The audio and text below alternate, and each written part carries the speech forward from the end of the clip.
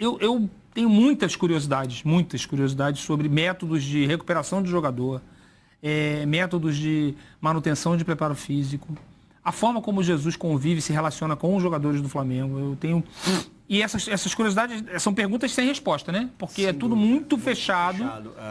E eu não estou nem criticando ser muito fechado, porque é uma prática mundial, né? Eu acho que o Flamengo hoje é tão fechado quanto o Real Madrid, quanto o Barcelona, quanto o Benfica, enfim. Não é nem uma crítica. O Guardiola também é tudo misterioso, né? Em torno dos métodos do Guardiola no Manchester City. Então, assim, mas, assim, seria muito interessante aí uma pauta para os meus colegas jornalistas tentar desvendar, né? Como é que o Flamengo está conseguindo fazer tudo tão diferente dos outros. Não é só o jogo em campo, é tudo muito diferente. O case, né? Vamos usar a palavra da moda. O case todo completo é muito referência. Essa recuperação do Arrascaeta, por exemplo, gente, como é que eles conseguiram isso? Entendeu? Que método é esse? E tem uma outra curiosidade que eu adiciono a isso, será que está existindo internamente uma transferência de know-how para formação, transferência de conhecimento para a formação de novos técnicos futuros com esse entendimento de futebol? E será que a gente tem que a gente vem aqui para responder, mas nesse caso tem muita pergunta porque é muito fechado, né? Tudo muito fechado. Será que o Flamengo está preocupado em espalhar para as suas divisões de base os métodos bem-sucedidos do Jorge Jesus? Será que já... Vai virar uma cara, né? Já se conseguiu pensar nisso? Como o Barcelona faz, né? Que é tudo... O Ajax, o Barcelona, você tem uma identidade de clube que perpassa todas as categorias de base. Tem muita gente angustiada com a questão do Jorge Jesus. Mas ontem o Gilmar Ferreira estava aqui com a gente e fez uma lista das novidades que o Jorge Jesus está trazendo para o futebol brasileiro, quebrando alguns paradigmas, assim, né? E uma delas me deixou encucado, assim, fiquei pensando, eu até fiz uma argumentação na hora e depois continuei pensando sobre isso. Uma delas seria o fim da comissão técnica permanente, porque aí você traz um técnico que tem todo mundo alinhado ao trabalho dele. Isso é muito legal em lugares onde você tem projetos longos para treinador. Estabilidade, totalmente. Se o Klopp vai para o Liverpool e leva a galera dele toda, ele vai ficar lá... Você sabe que esse pessoal vai ficar lá por... É o quê? Já são 4 anos agora. O Guardiola diz que são 4 ou 5 anos também que ele gosta de ficar, né? Se o Wenger levou a turma dele toda pro Arsenal, teve gente que se aposentou no meio do caminho, Foi né? o Ferguson. Enfim, se o Ferguson levou a galera dele.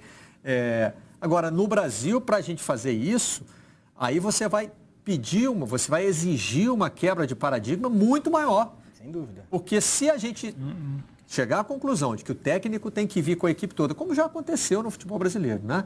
Recentemente é que a gente tinha se convencido de que era melhor, como a gente muda muito de técnico, era melhor mudar só o técnico. Se eu não me engano, o resto da no tricampeonato do São Paulo, o Muricy, ele era um técnico contratado de uma comissão técnica permanente. Eu acho que tinha isso, por exemplo.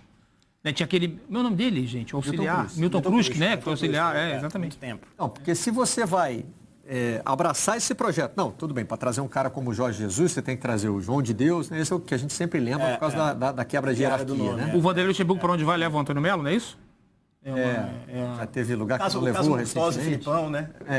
O Filipão também agora abandonou o Murtosa nessa última ida do Palmeiras. Mas não é só isso, é uma equipe muito grande. O Jorge Jesus veio com mais 6 ou 7. A gente contou outro dia, tem 40 pessoas, né, a comissão técnica o futebol do Flamengo, né? O departamento de futebol tem tipo 40 pessoas na comissão, mais ou menos. O pessoal da assessoria já traz 6 ou 7 para os cargos-chave, você está fazendo uma mudança grande. Você vai fazer isso 3 vezes por ano? Primeiro, o que isso custa. E segundo, que é assim, você está voltando para o zero. Bom, veio a turma do Jorge Jesus, legal. Pô, o trabalho agora é diferente, fisiologia, todo mundo mudou. Aí, Jorge Jesus foi embora. Aí ele levou o João de Deus, levou a galera dos apóstolos todo mundo. E tem esse nó no caminho do Flamengo. Traz mais um monte de gente para começar tudo do zero. E tem até onde... Com as informações que a gente tem essa agenda no caminho do Flamengo. Porque o contrato do Jorge Jesus é até o meio do ano. É o meio do ano. Porque o contrato, acho que fizeram o contrato pensando na temporada europeia, A imprensa portuguesa, uma vez por semana, mais ou menos, solta uma matéria dizendo que ele está com saudade, que ele quer voltar para casa, que não passa do fim do ano. Então, assim, se não passar do fim do ano é até melhor. Para o Flamengo? Pensando na não permanência. Vamos botar aqui... Tá bom, não vai ficar mesmo. Não vai ficar. Jeito. É melhor ir embora no fim do ano do que no meio do ano que vem. Porque no meio do ano que vem é no meio da Libertadores. Porque o Flamengo, obviamente, vai estar na Libertadores do ano que vem. Então é no meio da Libertadores... É no meio do Campeonato Brasileiro, que você vai ter que começar um trabalho. Então, assim, o Flamengo tem que resolver Agora, no fim do ano, nesse momento agora, de fim de temporada no Brasil, se o Jesus fica até o fim do ano que vem, ou se troca no... Mas, ao mesmo tempo, o Jesus chegou nessas condições. Meio do ano, tudo bem que tinha Copa América e tal, mas, enfim, foi... Ele é o próprio anti-exemplo disso aí, né? Não, mas ele é um anti-exemplo pro bem, né? Pro bem, totalmente. E é fora da curva. É fora da curva. E aí você imagina o homem de coragem, tem que ser um homem de coragem, para pegar o Flamengo depois do Jorge Jesus, né? Porque olha onde está o sarrafo. Olha onde está o sarrafo. Bom. Eu sugeriria de técnico do Flamengo a Simone Biles, porque esse sarrafo aí é para Simone Biles. É verdade. Eu acho que, inclusive, pro futebol brasileiro todo, né? Se ano passado a referência que o Palmeiras tinha deixado pra gente era do técnico paizão, que tinham 2 times, que controlava, que não tinha um futebol muito sofisticado. E que, inclusive, o Flamengo buscou com o Abel. Agora o parâmetro é absolutamente diferente, muito mais sofisticado. Outro dia liguei para o meu professor Carlos Eduardo Mansur para perguntar para ele o seguinte.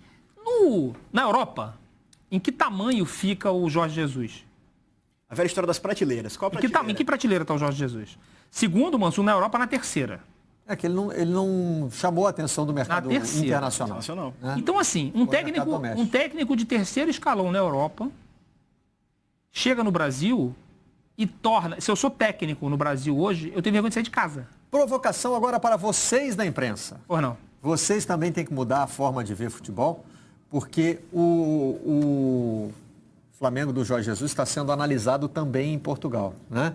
E viralizou, vocês já receberam nos grupos de WhatsApp, incrível, o vídeo do nosso colega Pedro Bolsas. Sim. Ele é analista do Canal 11 de Portugal e explica como o Flamengo explorou a bola parada para vencer o Grêmio. Vamos rodar. Estamos aqui então com um livre lateral. Há aqui algumas decisões que são preciso tomar. Desde logo, quem é o jogador que vai aparecer a finalizar e onde é que esse jogador vai aparecer a finalizar. E de que forma é que a restante equipa colabora para que o jogador que vai finalizar tenha boas condições para o fazer. Ou seja, se finalizar, se aparecer a rematar sozinho, sem oposição, bem enquadrado com a baliza, é mais fácil fazer gol do que se tiver que ganhar a bola no ar a um adversário. E o que nós vamos ver aqui é que o Grêmio do Renato defende estas bolas paradas com marcação individual. Deixa aqui um homem no primeiro poste, mas todos os outros estão com marcação individual. O que significa que os jogadores do Grêmio estarão onde o Jesus quer que eles estejam. A particularidade importante deste livro é este pequeno truque que cria as condições para o Flamengo. Não fez golo aqui, mas criar perigo.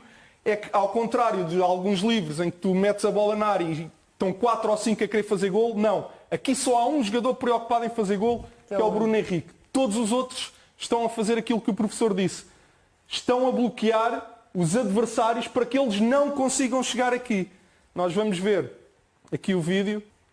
Repara bem, o Pablo Mari bloqueia, impede os jogadores do Grêmio de virem cá. Gabigol impede e é criada aqui uma barreira e os jogadores do Grêmio são todos impedidos de vir defender então aqui à zona onde o Bruno Henrique sozinho, bem enquadrado, aparece para finalizar. Portanto, isto é um trabalho do treinador que criou estas condições para que o jogador finalizasse. É bem observado. Eu não tinha visto. Bem explicado. Muito. Tem muito didatismo. Didatização né? Também causou certo constrangimento aos coleguinhas brasileiros, no qual eu me incluo. Então, mas tudo bem, vamos adiante. Essa discussão mais complexa. Tem essa discussão, esse vídeo tem circulado muito nesse sentido. Mas vamos lá, vamos tentar contextualizar isso aí também. Eu e Aidano somos de uma geração em que falar de tática era considerado chato. Na imprensa e também pelo torcedor. Eu ainda prefiro... Existia meio que um acordo geral, assim, de que não é pra gente preferindo as histórias de seres humanos do que as táticas, por uma questão de preferência pessoal. Mas respeito os colegas, tenho admiração por colegas que analisam muito mais a parte tática do que os seres humanos individualmente. Mas hoje existe um apelo maior à análise tática no futebol. Sem dúvida. Até porque também o futebol da nossa época para cá mudou. Sim, e quem enxergou isso primeiro que eu saiba, de quem eu sou muito fã, foi o Paulo Vinícius Coelho. Sim. A pessoa que Eu acho que pelo menos bombou isso e eu sou muito fã dele. E o Paulo Vinícius Coelho, que tem uma capacidade de didatização... Sim, muito grande. Muito grande. Aí hoje você acabou de citar o Mansur aqui, que é nosso colega. Sim, direto. O Rafa Rezende.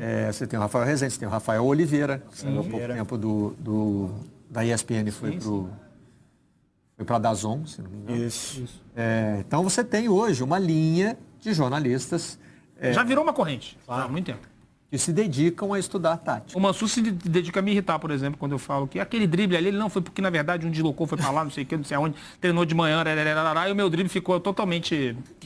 Mas hoje você tem, eu acho que o PVC quebra um pouco desse preconceito que existia na nossa época, né? O PVC investe nesse modelo, diz assim, eu gosto de tática, eu vou estudar, eu vou entender e eu vou explicar. E ele foi bem aceito. Na verdade, o PVC, ele quebra Nós somos todos influenciados, a nossa geração é influenciada diretamente, eu acho, por grandes gênios da crônica esportiva, de uma época em que não se analisava tática. Se você pensar, o time de 70 é um time super tático, não é? Porque o Zagallo bota os 5, 10 juntos e tudo mais, e muda o nível de posição. E a gente era influenciado por quem? Por Nelson Rodrigues, por João Saldanha, por Sandro Moreira. Mas o Saldanha, eu li recentemente uma coletânea de crônicas dele e ele é super tático nas análises. Mas o que ficou famoso... Ficou mais com o personagem, com o João Sem Medo. Então, é o João Sem Medo, é o Garrincha que deu a caneta no Newton Santos, no primeiro treino, que nem é verdade, e a gente ficava com essas histórias do Sandro Moreira. O Nelson Rodrigues perguntando... Gente, Armando Nogueira contou isso pra gente, eu e você... Na outra encarnação do Redação Sport TV, o saudoso e inesquecível Armando Nogueira, dizendo que o Nelson Rodrigues pegava no braço dele, no Maracanã, e dizia assim, o que nós achamos do jogo, porque o Nelson não enxergava. Entendeu? E aí ele ia lá contava uma história linda, uma história genial, porque ele era um gênio, e eu acho que a nossa influência vem daí, eu acho nos que seres tem muita humanos. coisa que influencia isso, desde a explosão, um exemplo que parece que passa batido, mas a explosão dos jogos eletrônicos que você é o técnico. Boa observação. Boa observação. Muito boa observação. Outra coisa, você tem que montar o esquema tático. Isso, na minha geração, isso entra no nosso consciente de entender que futebol também tem isso. Você tem uma facilidade muito maior com softwares de você fazer a sua própria análise caseira e compartilhar nas redes sociais. Tudo isso facilita, a partir, inclusive, desse vocabulário que o PVC introduz, o tactiquez virar uma questão que agora eu acho que é fundamental. É muito importante a gente ter isso na imprensa. Agora, eu vou falar como roteirista que sou. Me incomoda, porém, a maneira como muitas pessoas passam esse tipo de informação. Parece que às vezes tem uma empáfia de saber mais. Eu domino mais isso aqui e eu tento tornar o vocabulário para explicar isso mais complexo. Por isso que o português me chamou tanta atenção. Nós vamos até mostrar mais um trecho dele. E aí entra aquela crítica que o Vanderlei Luxemburgo faz ao texto da apostila. Essas apostilas vêm de Portugal, esses caras começam a usar uns termos que a gente sempre usou e agora eles falam de outro jeito. O último texto que eles usam naturalmente, que a gente está botando aqui. O jogo apoiado. Agora, gente, o vocabulário do futebol muda, né? Totalmente. Não, o vocabulário que a gente usou no futebol nos anos 90 era diferente. Não, e o vocabulário muda em qualquer assunto. Claro, com certeza. Se você pegar o noticiário econômico,